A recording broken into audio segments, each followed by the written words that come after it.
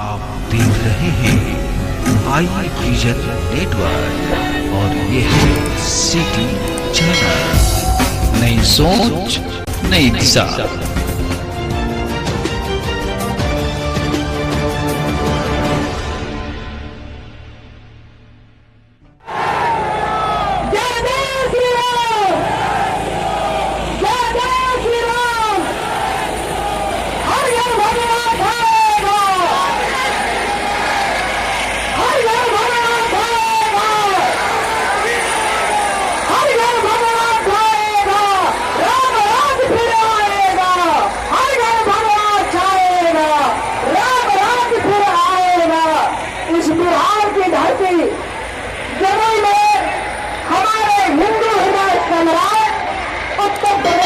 मुख्यमंत्री माननीय आदित्यनाथ जी पधार चुके हैं। ध्यान जो है उधर चुका, सारी जनता उनका दर्शन करने के लिए, उनको सुनने के लिए व्याकुल है। जय जय श्री राम, जय जय श्री राम, जय जय श्री राम, जय जय श्री राम, जय जय श्री राम। एक ही नाम, जय जय श्री राम। एक ही नाम, एक ही नाम, एक ही नाम, एक ही नाम, एक ही नाम, एक ही नाम। हर घर भगवान छाएगा, हर घर भगवान छाएगा, हर घर भगवान छाएगा। राज तिलक की करो तैयारी, राज तिलक की करो तैयारी। आप लोगों के बीच में आ चुके हैं। वंदे वंदे वंदे वंदे भारत माता की, भारत माता की, भारत माता की। बहुत बहुत आभार आपका। और आपके भी जिसे कई देर से आप हमसे भी इंतजार कर रहे थे। हम आपके बीच में और योगी जी के बीच में बहुत ज्यादा देर समय नहीं लूंगा। मैं एक ही आग्रह करूंगा कि जमुई का ये चुनाव सिर्फ जमुई के लिए नहीं है, पूरे बिहार के लिए एक अपना मायने रखता है कि बिहार में 243 सीटों में एक जमुई का ही ऐसा सीट है, अंतर्राष्ट्रीय राष्ट्रीय स्तर के एक खिलाड़ी आपके मैदान में उपस्थित हुआ है और इसको सम्मान देना हमारा और आपका दायित्व होता है। आज जमुई श्रेयसी के आने के बाद सिर्फ एक बिहार के प्रत्याशी नहीं है, लेकिन देश में जमुई का नाम अपनी जगह पर पहुंच गया है और जमुई पूरा देश देख रहा है कि एक लड़की जो अपने बलबूते पर पूरा देश का नाम रोशन किया, इंटरनेशनल स्टेटस पर अपना नाम बनाया, वहां के जमुई के लोगों ने उसका किस कदर और किस स्तर पर स्वागत करते हैं। आज इतना बड़ा स्टेडियम जमुई में बना है जिसकी आज बिहार में कोई उपयोगिता नहीं है। आज लगता है कि कल जमुई का इस स्टेडियम का भी भाग्य बदलने वाला है, क्योंकि श्रेयसी आप इंटरनेशनल लेवल के खिलाड़ी हैं और एक जो धोनी दिल्ली में वहां झारखंड में आया तो पूरा झारखंड चमक गया। आज बिहार में पहला लड़की है जो अपने बलबूते पर बिहार का नाम रोशन किया, देश का नाम रोशन किया और आपके बीच में आज चुनाव लड़ने के लिए आई है। इसलिए बंधुओं, आप लोग से सिर्फ इतना ही आग्रह हमारा है कि आप जमुई में एक इतिहास कायम करें और देश के लोगों को सम्मानित करें, बताएं कि जिस लड़की को जो अपने बलबूते पर जो देश का नाम रोशन की है, जमुई भी उसको सबसे सर्वाधिक वोट देने के बाद और इसको जिता के दिखाए कि नहीं, उसका हमें जमुई के लोगों ने उसका स्वागत किया। ये बाहरी कोई नहीं है, ये जमुई जिला के ही रहने वाली लड़की है। और बंधुओं, इसके बाद प्रधानमंत्री का एक कमिटमेंट है बिहार के बारे में कि जब तक बिहार का विकास नहीं, ये तो आज जो है इस ऐतिहासिक धरती पर मैं आपसे आग्रह करूंगा और मैं चाहता हूं कि एक वोट 28 तारीख को श्रेयसी के कमलपुर निशान पर जीताकर पटना भेजने का काम करेंगे। इन्हीं शब्दों के साथ सम्मानित मैं एवं यहाँ के जमुई के प्रबुद्ध कार्यकर्ता एवं मतदाताओं से नम्र निवेदन है। प्रणाम। जय हिंद, जय भारत। बहुत बहुत आभार आपका। अब मैं सीधा जमुई की बेटी, जमुई विधानसभा के लोकप्रिय युवा उम्मीदवार और स्वर्ण विजेता, इतना ही नहीं अर्जुन पुरस्कार से सम्मानित हम समूह की बेटी, हमारी बहन सुश्री श्रेयसी सिंह से निवेदन करता हूं तो आवे और अपनी बातों रखे। सुश्री श्रेयसी सिंह।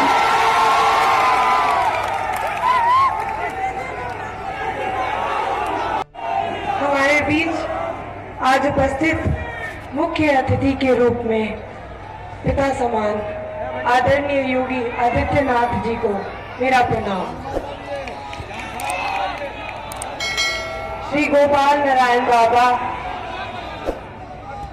श्रीमती पुतुल कुमारी, श्री कन्हैया कुमार सिंह, श्री शंभू शरण, मोहम्मद शमसुद्दीन, साध्वी लक्ष्मी माँ, गणेश पासवान, कामेश्वर सिंह, श्री ओम भारती बाबा, श्री कुमार प्रणय, श्री ब्रह्मदेव रावत, श्री प्रकाश कुमार भगत, बाबू बंदर अध्यक्ष जयंत कुमार चौधरी, जमुई ग्रामीण अध्यक्ष शंभू राम, जमुई नगर भवन केसरी बरहट मंडल अध्यक्ष अरुण कुशवाहा, गढ़संदर मंडल अध्यक्ष राजेश कुमार सिंह और समस्त भाजपा परिवार, जमुई परिवार को मेरा बिहार की इस बेटी का प्रणाम। उत्तर प्रदेश के यशस्वी मुख्यमंत्री महायोगी आदित्यनाथ के महावीरों की इस पावन भूमि पर, जमुई की इस धरती पर हम हार्दिक अभिनंदन करते हैं। आपने अपने व्यस्त कार्यक्रम के बीच में हमें अपना कीमती समय दिया, आप मुझे आशीर्वाद दिया, मार्गदर्शन देने हेतु आप हम सभी के बीच में आए। मेरा मन बेहद प्रसन्नचित होता है। वीर भोग्य वसुंधरा का अनुसरण करते हुए अंग प्रदेश की ये भूमि महादानी कर्ण की एवं आधुनिक काल में आदरणीय त्रिपुरारी सिंह, हीरा जी, कृष्ण सिंह और मेरे पिता स्वर्गीय दादा दिग्विजय सिंह जैसे महापुरुषों से गौरवान्वित है। यहाँ से कुछ ही किलोमीटर दूर मंदार पर्वत के साथ साथ बुद्ध और जैन धर्म का भी उद्गम स्थल है। जमुई की धरती पौराणिक विरासत से अत्यंत समृद्ध है। वर्तमान में जो कोरोना का संकट के काल में आपने जिस प्रकार हमारे प्रवासी भाइयों और बहनों की सहायता की, हम सभी बिहारी दिल से, हृदय से आपके आभारी हैं। आपकी प्रशासनिक और रचनात्मक कार्य की जितनी भी प्रशंसा की जाए वो कम है। महोदय, हृदय में ईमानदारी और सेवा भाव लेकर आज मैं राजनीति में अपना पहला कदम रखने जा रही हूँ। आपका आशीर्वाद और मार्गदर्शन आज ही नहीं बल्कि आने वाले समय में मुझे सही का, सच का रास्ता दिखाते रहेगा। आज आजादी के इतने साल बाद भी बिहार पिछड़ा हुआ राज्य कहलाता है। एक जमाने में हमारे पास नालंदा और विक्रमशिला जैसे विश्वविद्यालय थे, लेकिन आज हमारे जमुई के भाई बहन पढ़ने के लिए, रोजगारी ढूंढने के लिए अपने घर से दूर जाते हैं, अन्य राज्य जाते हैं, अपने परिवार से दूर जाते हैं। हमें इन कठिनाइयों का सामना करना है, हमें लड़ना है यहाँ की बेरोजगारी से, यहाँ की बेचारी से और बेबसी से, यहाँ की अशिक्षा से। जमुई के वासियों, भाइयों, बहनों, मित्रों, इस लड़ाई में आप हमारा साथ दीजिए, समर्थन कीजिए, आशीर्वाद दीजिए। आने वाले 28 तारीख को लोकतंत्र के महापर्व में राष्ट्र धर्म का पालन करते हुए विकास के नाम पे अपना एक एक कीमती मत कमल फूल छाप पर जरूर डालें। अपनी बेटी को ढेर सारा आशीर्वाद दें और जमुई के नाम पे एक मौका दें काम करके दिखाने का। सर्वे सन्तु सुखिनः, सर्वे सन्तु निर्भयाः, सर्वे भद्राणि पश्यन्ति मा कश्चित् दुःखभाग् भवेत्। जय हिंद, जय बिहार।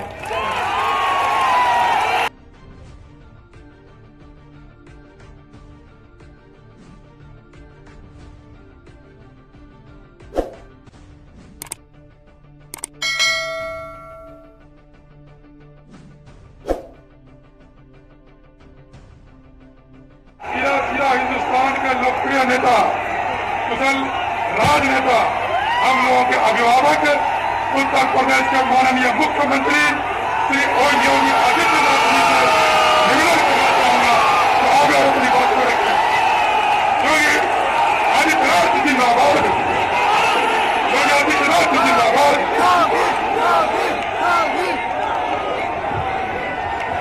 भारत माता की, भारत माता की, भारत माता। सुश्री श्रेयसी सिंह जी, उनका अपना स्वयं का व्यक्तित्व है। देश का और बिहार का नाम, जमुई का नाम उन्होंने देश और दुनिया के अंदर तो रोशन किया ही है।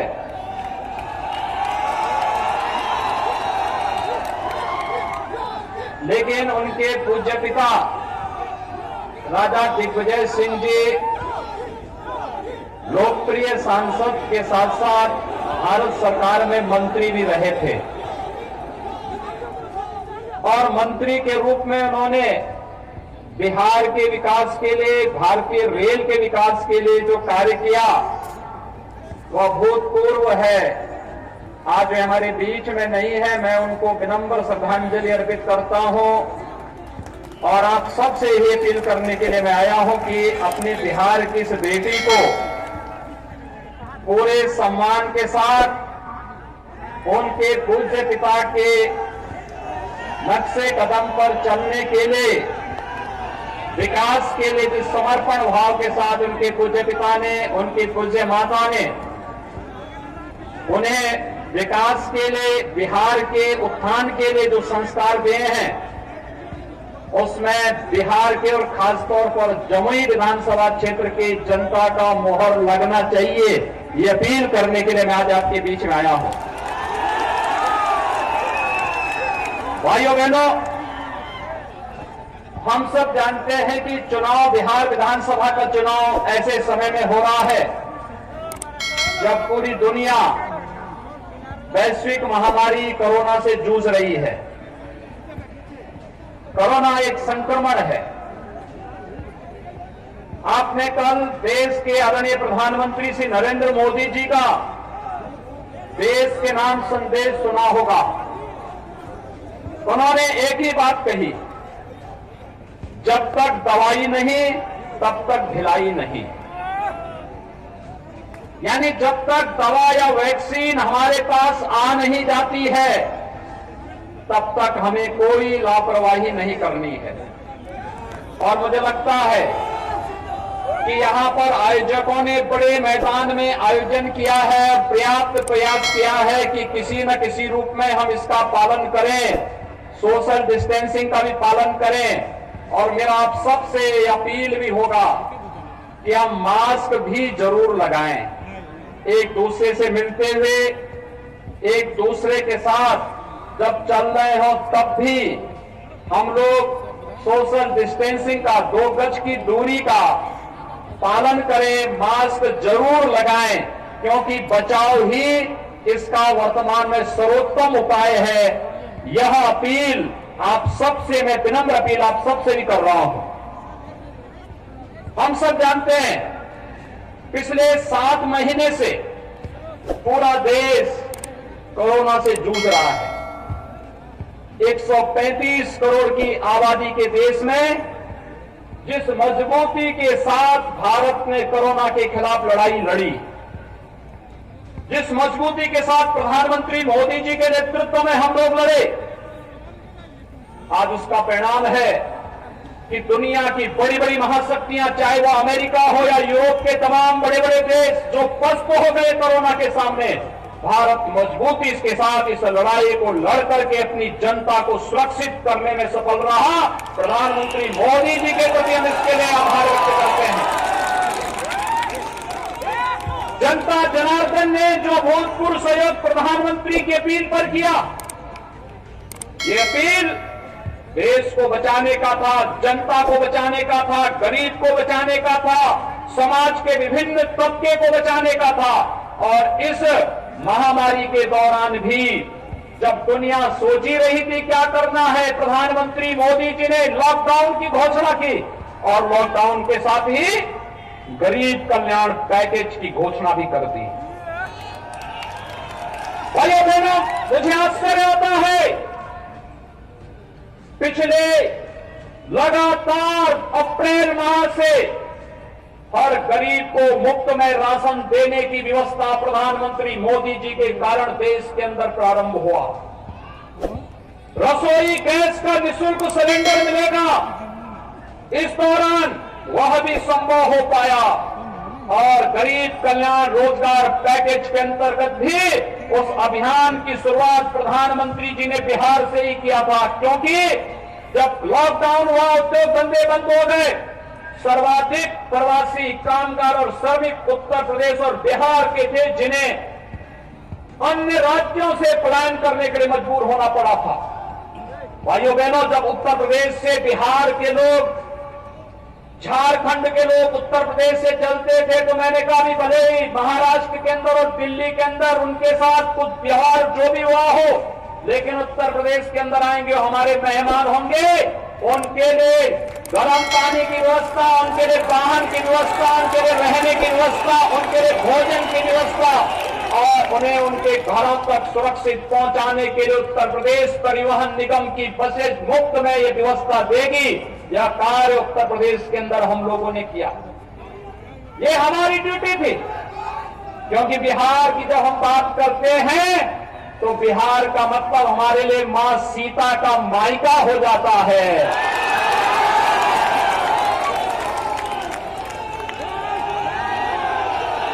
और इसलिए मेरा एक दायित्व बनता है कि सीता मैया के मायके से कोई अगर उत्तर प्रदेश से गुजरे तो उनके सम्मान के साथ किसी भी प्रकार का खिलवाड़ नहीं होना चाहिए।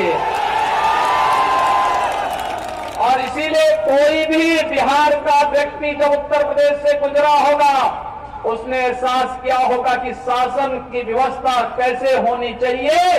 उत्तर प्रदेश के अंदर हमारे लिए पूरा देश परिवार है, हमारे लिए देश हित सर्वोपरि है।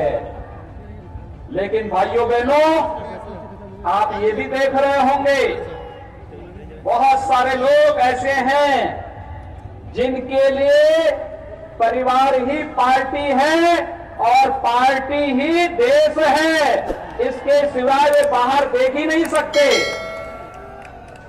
आपने देखा होगा, राजद के पोस्टर में 4 लोग एक ही परिवार के हैं, 5वें किसी का कोई चित्र नहीं। रघुवंश बाबू ने ये बात अपने अंतिम समय में कह दी थी, जीवन भर समाजवादी रहे बाबू रघुवंश प्रसाद सिंह जी ने बात कह दी थी लालू जी को कि आपके यहाँ तो लालू जी आपकी फोटो, राबड़ी देवी जी की फोटो और आपके दोनों पुत्रों के फोटो के अलावा 5वें की फोटो क्यों नहीं आती है आपके यहाँ। चाहता हूं भाइयों बहनों, ये लोग देश के बारे में नहीं सोच सकते, बिहार के बारे में नहीं सोच सकते।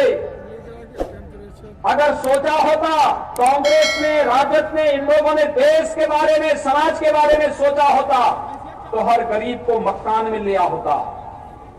इनके शासन काल में हर गरीब को मकान मिला होता, हर गरीब को इनके शासन काल में ही रसोई गैस के सिलेंडर मिल गए होते। हर गरीब को विद्युत के निःशुल्क कनेक्शन मिले होते, हर गरीब को 5 लाख रुपए की जो आयुष्मान भारत की स्वास्थ्य बीमा की योजना प्रधानमंत्री मोदी जी के कारण आज मिल रही है, ये योजना उन्हीं के समय में मिल गई होती।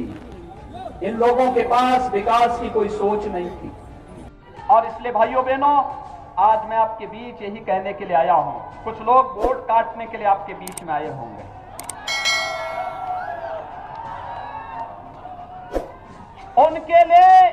उनके लिए देश का हित नहीं, उनके लिए बिहार का हित नहीं, उनके लिए स्वयं का हित महत्वपूर्ण है। ऐसे लोगों को राजनीति में रहने का कोई अधिकार नहीं होना चाहिए। राजनीति से उन्हें एकदम जनता जनार्दन को चाहिए। लोकतंत्र में जनता जनार्दन का स्वरूप है और जनता को चाहिए कि ऐसे लोगों को अपना जनार्दन का स्वरूप दिखा करके राजनीति के हाशिए में फेंकने की आवश्यकता है। प्रधानमंत्री मोदी जी ने जब 2019 में दूसरी बार प्रधानमंत्री पद की शपथ ली, तब प्रधानमंत्री मोदी जी ने कुछ बात कही थी। उन्होंने कहा था, पहला 5 वर्ष गरीब कल्याण के लिए, अगला 5 वर्ष भारत को दुनिया की एक महाशक्ति के रूप में उत्थान के लिए। और उत्थान का रास्ता कहां से जाता है?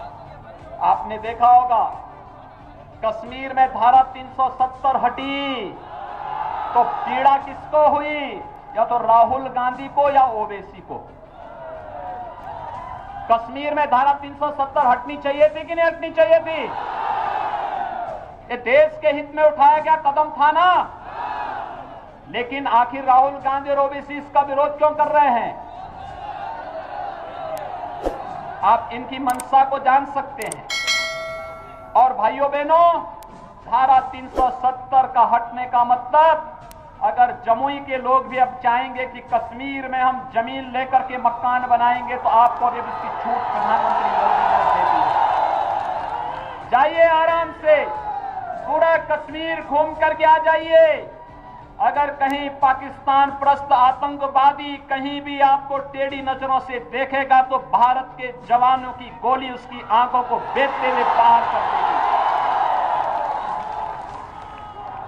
अब वो तो सांस नहीं कर सकता है, क्योंकि अब तो पाकिस्तान के प्रधानमंत्री इमरान खान भी भयभीत हैं। उन्हें लगता है कि अगर भारत के अंदर कुछ भी करेंगे तो भारत के बहादुर जवान पाकिस्तान के अंदर घुस करके कोई नया सर्जिकल स्ट्राइक को अंजाम दे देंगे। अब पाकिस्तान भी कुछ नहीं कर सकता, क्योंकि भारत अब मजबूती के साथ वैश्विक पटल पर अपनी एक नई पहचान प्रधानमंत्री मोदी जी के नेतृत्व में बना चुका है। आपने देखा होगा, पाकिस्तान, बांग्लादेश, अफगानिस्तान के जितने भी हिंदू थे, सिख थे, बौद्ध थे, जैन थे, इन सबको जो वहां पे प्रताड़ित था, पीड़ित था, गृह मंत्री अमित शाह जी ने कहा कि अगर आप पीड़ित और प्रताड़ित है, भारत में शरण लिया है, हम इन्हें भारत की नागरिकता भी देंगे। नागरिकता संशोधन कानून ला करके उन्हें भारत की नागरिकता देने का कार्य किया।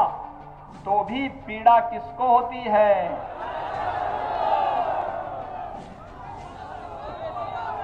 और पिछली बार लोकसभा चुनाव में जब मैं बिहार आया था, तो बिहार के लोग मुझसे एक बात पूछते थे कि आप उत्तर प्रदेश के मुख्यमंत्री हैं।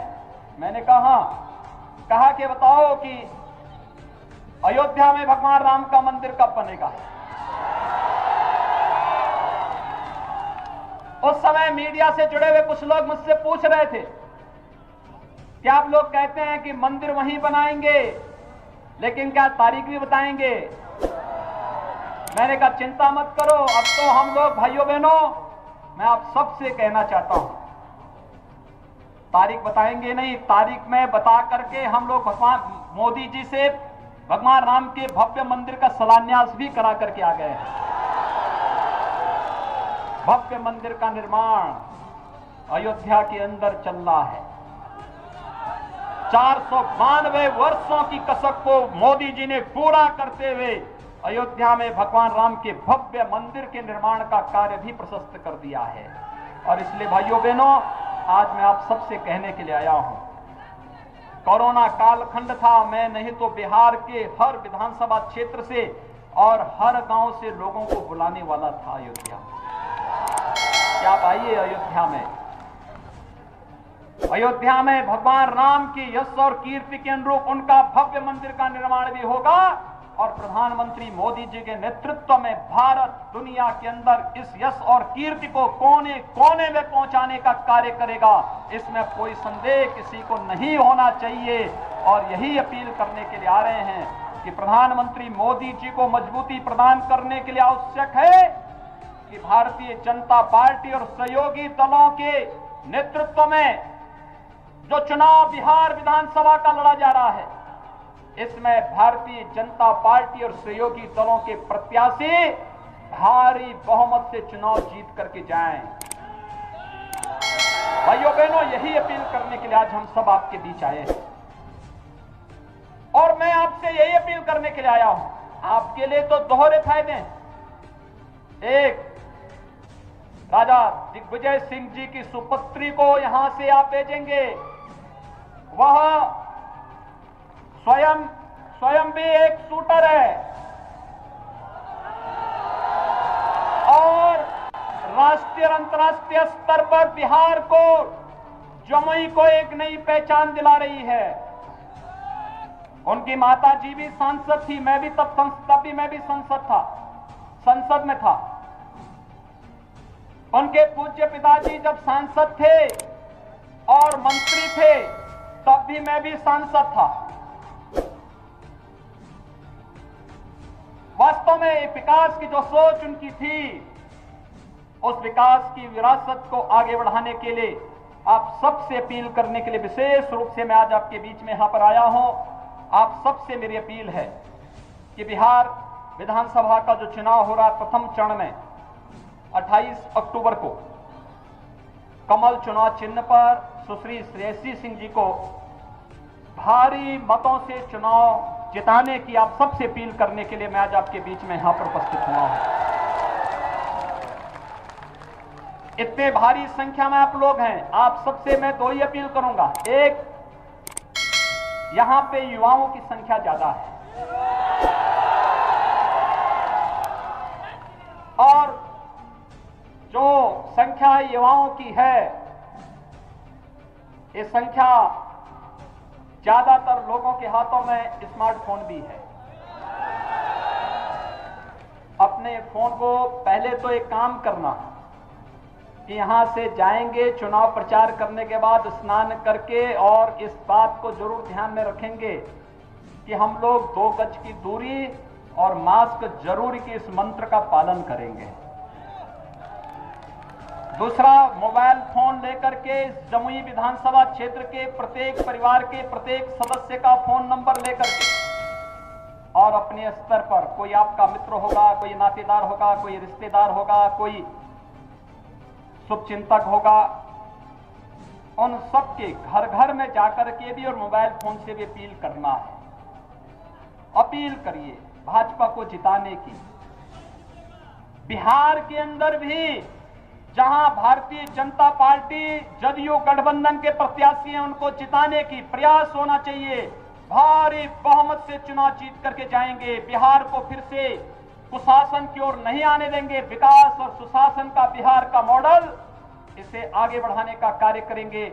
यही अपील करते हुए मैं आप सबसे 28 अक्टूबर को सुश्री श्रेयसी सिंह जी को कमल चुनाव चिन्ह पर भारी मतों से विजयी बनाने की अपील करते हुए वाणी को देता हूं विराम। जय जय श्री राम।